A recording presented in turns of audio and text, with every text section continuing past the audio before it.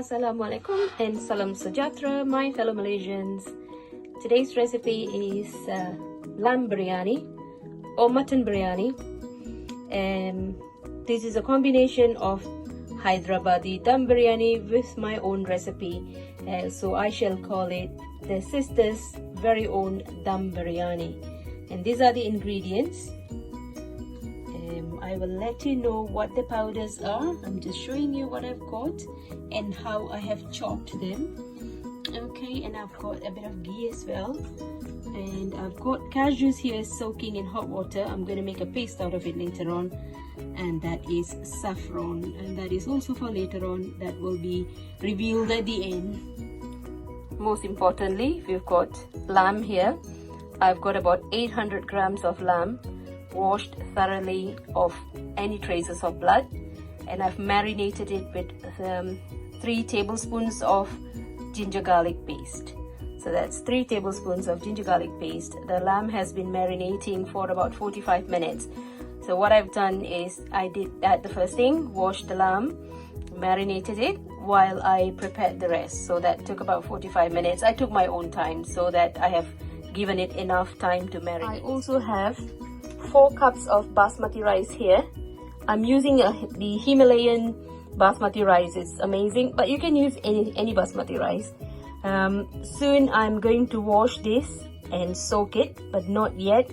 I will do that once I have started cooking this. So I have switched on the stove. It's in high flame, and I'm going to add some oil. I can't give you a measurement of oil. You need quite a bit. So that's the amount of oil here. We need quite a bit because I've got quite a lot of onions there that needs to be fried. Once the oil is heated up, I'm going to add 2 bay leaves, a big piece of cinnamon. I've got 2 star anise, about 8 pieces of cloves, and I've got 2 black cardamoms. That's because I've run out of green cardamoms. If you have green cardamoms, about 6 or 7, but if you can get these black cardamoms, just 2 will do because this is really strong and it's also very nice. Okay, it's now popping. It's bloated up. The cardamoms have bloated up, that means it's ready. So I'll just show that. Okay, now I'm adding 5 red onions. I've sliced them into as thin as I could, and I'm going to add that now. We're going to fry this for about 10 to 15 minutes because I want this really brown. That is what is going to give the biryani the color. I am not going to use any food coloring. I want natural coloring, and the onion is going to give just that. A small tip for the onion to cook fast is to add some salt. I'm adding like half a tablespoon of rock salt, coarse one. I don't like the fine one, and this is healthier option as well. So I'm going to add that. What this will do is it will suck up all the liquid from the onion, and the onion will cook faster. So this is almost there. I'm going to wait for another 3 minutes or so. Don't keep stirring it all the time. You need it to cook, so just stir it every now and then so it doesn't burn. Right, I'm now happy with the color, and that's how it is. It's almost crunchy. Tomatoes, I have sliced it quite thinly so it cooks well. I need it to get mashed up. Put the lid on and let the tomato cook. So the tomato has been cooking for about 5 minutes. I did open the lid and stir it every now and then. So it's 5 minutes now. The tomato has actually separated. You can see the oil separating from the tomato. Okay, this is what you need to achieve. Coriander leaf, like a handful, like that. I've chopped it up I don't use coriander or mint leaf for garnishing. I prefer to cook it because it gives out this amazing flavor. And this is mint leaf, again the same amount, like a handful, all chopped up. Then I stir that for about a minute or two. And I'm going to add 2 green chilies. I'm putting it in full because I don't want it to be too spicy. You will get the chili flavor, but not the spice. So if you do want it spicy, go ahead, cut it into half, break it, and you can put it in. This is the natural yogurt, and it's not very sour. So I'm going to add about 1 cup of yogurt. I'm not showing you the measurement here, but because I do it often, I know how much it is. So that's about 1 cup of yogurt, and I'm stirring it in. This is what is going to form the base of the gravy for our biryani. Just stir it for a few minutes, maybe a couple of minutes. And I'm going to reduce the flame now because I'm going to add the other ingredients before I add the meat. I have, starting from here, that's 1 tablespoon of jeera powder, which is cumin powder. And this is 1 tablespoon of fennel powder. I believe it's called jintan putih. So 1 tablespoon of jintan putih. And this is 3/4 tablespoon of coriander powder. 1 teaspoon of chili powder, because I don't take too much spice. Half a teaspoon of black pepper powder, again because I don't take too much of spice. If you want it spicy, you can make that 1 tablespoon and this one 1 teaspoon. It's entirely up to you. People normally don't use turmeric, but I like to use a little bit of turmeric, so I've got half a teaspoon of turmeric just for health purposes because we are using meat. And although I have put dry spices there, all the cardamoms and star anise and all those stuff, I still like a little bit more flavor, so I've added a teaspoon of garam masala powder. Now everything is going to go into this. Let's cook this until the dry spices smell goes off. I'm going to increase the flame to medium now, and I'm going to cook this for about maybe 2 to 3 minutes, depending on how strong is your curry powder and whatever spices, the dry spices that I've put. Right, so now the smell's gone for me. I'm going to add 2 teaspoons of rock salt. I'm not going to add too much now. You can add it later. You don't want too much salt. A small tip here, which normally I don't think they use in the traditional biryani, but I'm going to add this 1 teaspoon of ajino moto. This is not to enhance the taste, but it works as a tenderizer for the meat so that the meat cooks faster. The meat is now ready to go into this saucepan. So that's the meat marinated with ginger garlic. Everything goes in there. Please make sure that all the pieces of meat is well coated with the spice.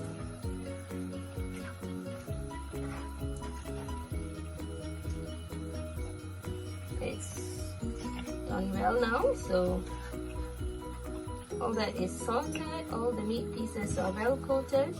I'm now going to put the lid on and let it cook on medium heat. But please do stir it, open the lid and stir it every now and then, otherwise the bottom will burn. So please don't forget to open the lid and stir every few minutes.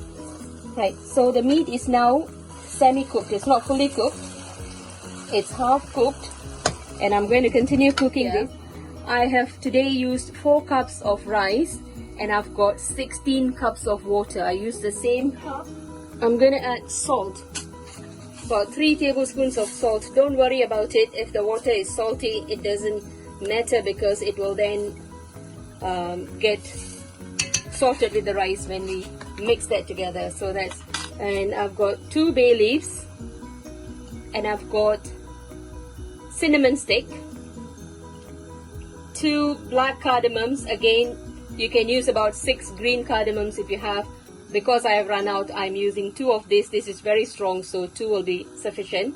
And I've got 1 star anise, and I've got about 8 pieces of cloves, and I have 1.5 teaspoon of cumin seeds, jeera or jintan manis, and all that is going to go in there. Put the lid on and let it boil. At this point, I'm now going to wash my 4 cups of rice. Don't mash the rice too much when you wash, just use your finger. Wash about 2 to 3 times and then soak it until the water boils. It will just be nice. When the water boils, the meat should be ready and almost ready, and we can add the rice and the rest will follow. The thing that needs to go into the water, I'm going to add 2 tablespoons of ghee. Let's get this boiled. Okay, the water is now boiling. I have drained the rice that was soaking all this time, and this goes into the pot. We are going to cook this rice not wholly, about 75%. So that's how much. If we cook the rice fully, then it will become mushy. So the rice needs to be grainy. We are not going to cover this. Let it cook. At this point, the meat is well cooked, nice and tender. The cashew nuts, remember I showed earlier on, I was soaking it. I have made it into a paste, and this now goes into the meat. This is going to give the gravy a really rich taste. Let the cashew nut paste coat every piece of the meat, so that it absorbs the cashew nuts and it enhances the taste of the meat. Now that the meat is all well coated with the cashew nut paste, you can't even see the cashew nut anymore. It's all mixed. We're going to cook this on medium flame for about 2 minutes. Right, so this is how it is now. I have turned off the stove and I put the lid on so it still retains the heat. We are waiting for the rice to cook.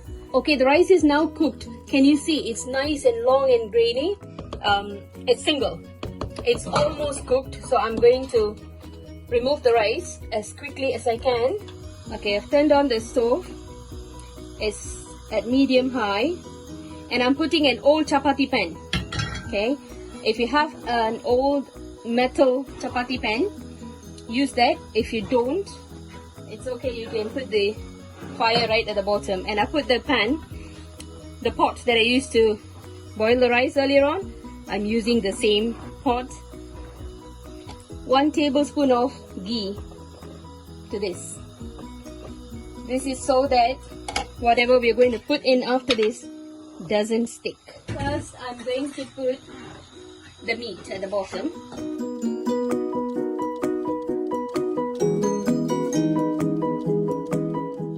I'm going to spread the rice over the meat.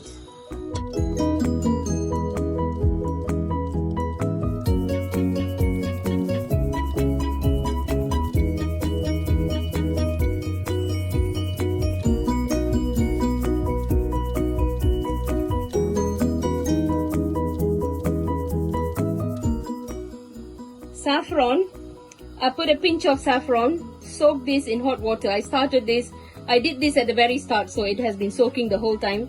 This is going to give a good fragrance as well as some color to the rice. So I'm just going to pour this on top and put whatever saffron that's there.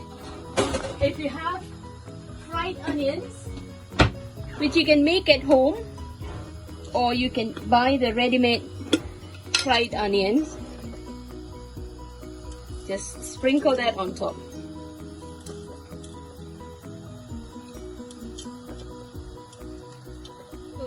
The steam comes out, and then we have one more last step.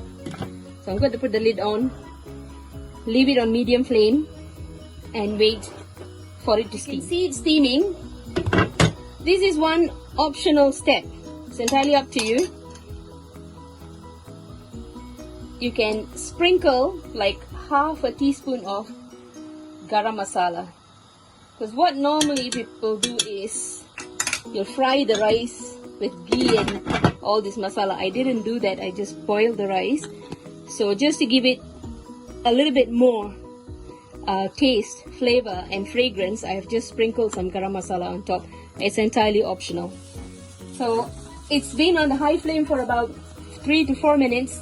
You can see it's all steaming up. Can't really see the steam come out because I've got something for the steam to escape.